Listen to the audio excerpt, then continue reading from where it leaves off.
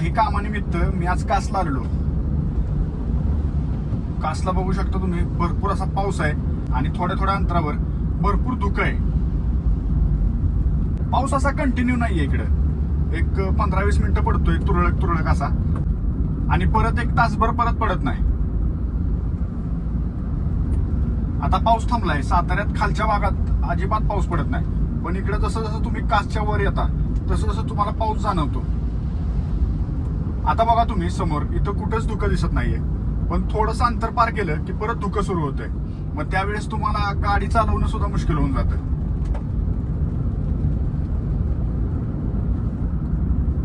थालीपीठ, अतिशय मस्त थालीपीठ कासला मिळतं, लक्षात ठेवा.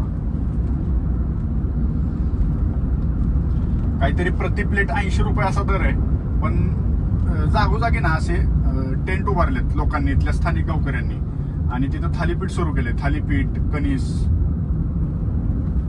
पण वातावरण खूप चांगलं आहे इकडचं.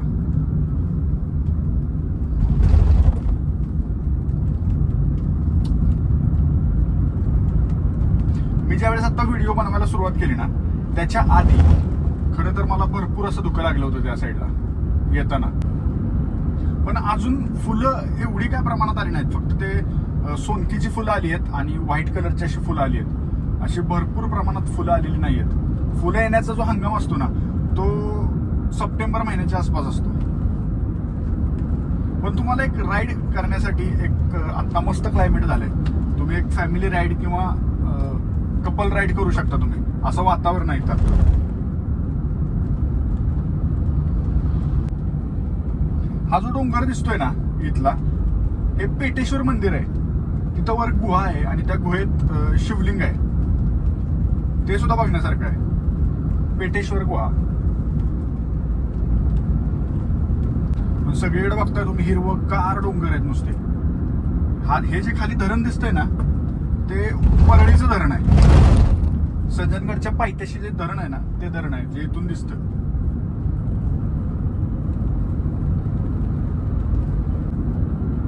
गाडीत जर तुम्ही एसी लावला असेल ना, तर तुम्ही बंदच करणार. लगेच तुम्ही काचा खाली घेणार, मस्त आनंद घेणार तुम्ही. आता मी काचा लावल्यात म्हणजे मी व्हिडिओ बनवतोय आणि त्याच्यात ते बाहेरचा आवाज भरपूर येतोय, त्याच्यामुळे मी ह्या काचा लावल्या. ठिकठिकाणी असे छान रिसॉर्ट झालेत जे तुम्ही फॅमिलीसाठी बुक करू शकता. आणि असं काय खूप रेंट आहेत असतला भाग नाहीये. रेंट पण कमी आहे तिथले कासचे. पण जर फुलं यायला सुरुवात झाली ना, मग रेंट थोडेसे हाय होतात. पण जर तुम्ही हा माझा व्हिडिओ पुणे आणि मुंबईतून बघत असाल तर एक लक्षात ठेवा की तुम्हाला आत्ता फुलं बघायला यायचं नाहीये. फुलं बघायला तुम्हाला यायचं ते 8 सप्टेंबर 7 सप्टेंबर नंतरच.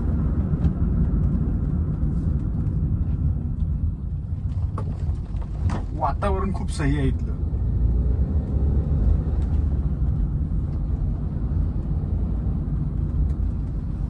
आणि बघू शकता जास्त वर्दळ पण नाहीये इथं अजिबात.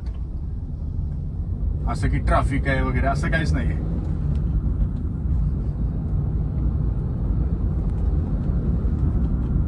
सातारा सातारा आहे बॉस, पण काय पण म्हणा तुम्ही. सातारला महाबळेश्वरला जावा, कासला जावा, ठोसेघरला जावा, कुठेही जावा, अगदी पठारावर तुम्ही उंचीवर गेला ना, तर तिथून तुम्हाला 7-8 डोंगर जे असे सातारला ज्यांनी वेढले असे तुम्हाला डोंगर दिसून येतील.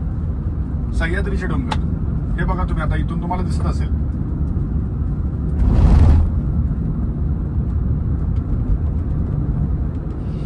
मी आता व्हिडिओ करतोय, युट्यूब साठी व्हिडिओ करतोय. मी खूप ठिकाणी फिरलोय. म्हणजे मला तरी स्पेशली सातारा खूप आवडतो. समोर आहे ना आता बरोबर दिसतोय तो अजिंक्यतारा दिसतोय. कास रोडवरून अजिंक्यतारा पण दिसतोय. इकडे सज्जनगड दिसतोय उजव्या साईडला. हे बघू शकता तुम्ही, सगळे कॉलेज कपल्स सगळे इकडे येतात फिरायला.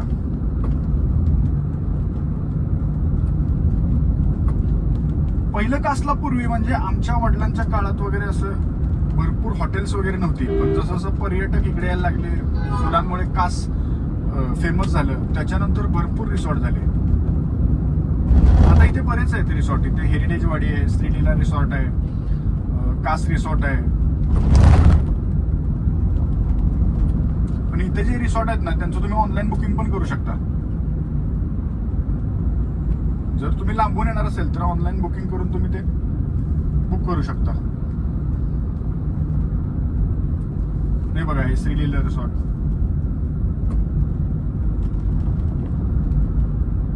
आणि जेवणाच्या बाबतीत जर म्हणला तर सातारा बेस्ट आहे. साताऱ्यासारखं जेवण पण कुठे मिळणार नाही तुम्हाला.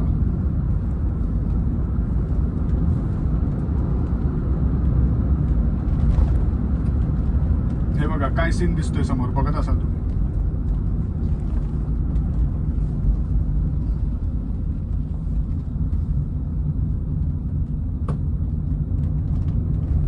पण हे जे आता तुम्हाला मोकळे रोड दिसतात ना, फुलं आल्यानंतर एवढे मोकळे तुम्हाला दिसणार नाही. गच्च होऊन जातं सगळं.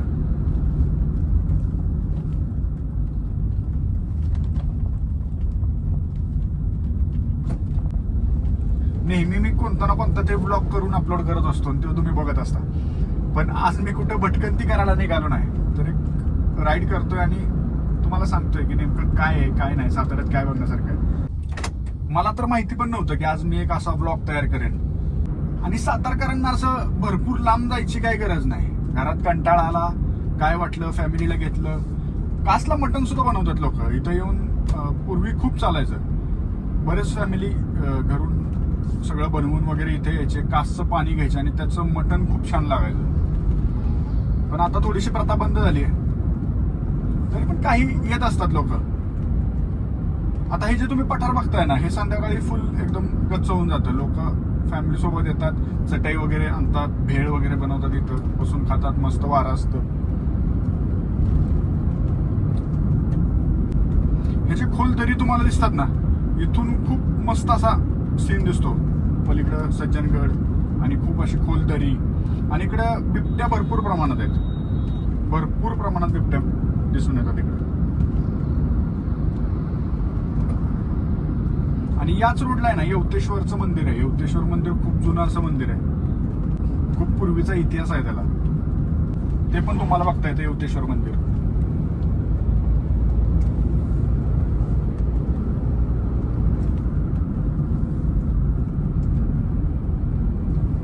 आता माझ्या व्हिडिओमध्ये तुम्हाला सगळं हिरवगार दिसतंय, पण ज्यावेळेस सप्टेंबर महिना चालू होतो ना, इथंच तुम्हाला बरीच रंगाची, काळ्या, निळ्या, हिरव्या, पिवळ्या, बरीच रंगाची फुलं दिसून येतात तुम्हाला. बरं काय काय, आता मी सातारमध्ये राहतो, पण मी बरीच वर्ष आता कासला फुलं बघायला येतो नाही का.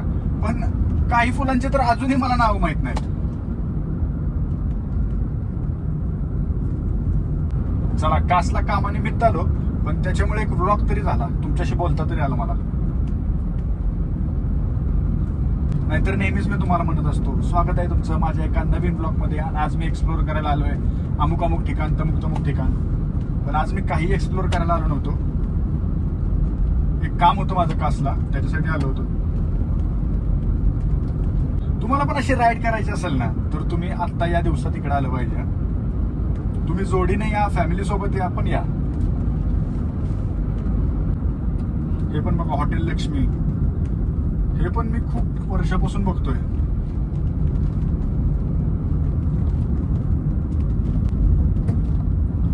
कॉलेजची मुलं पण आली आहेत, मस्त फोटो सेशन चाललंय त्यांचं इथं थांबून थांबून. बरेच जण आहेत रस्त्याला.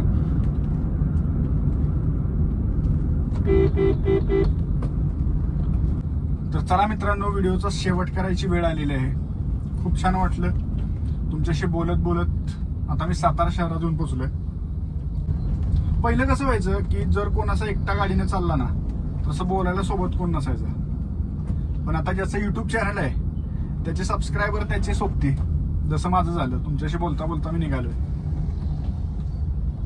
चला भेटूयात पुन्हा एका नवीन आणि इंटरेस्टिंग व्हिडिओ सोबत, एखादं ठिकाण एक्सप्लोर करताना.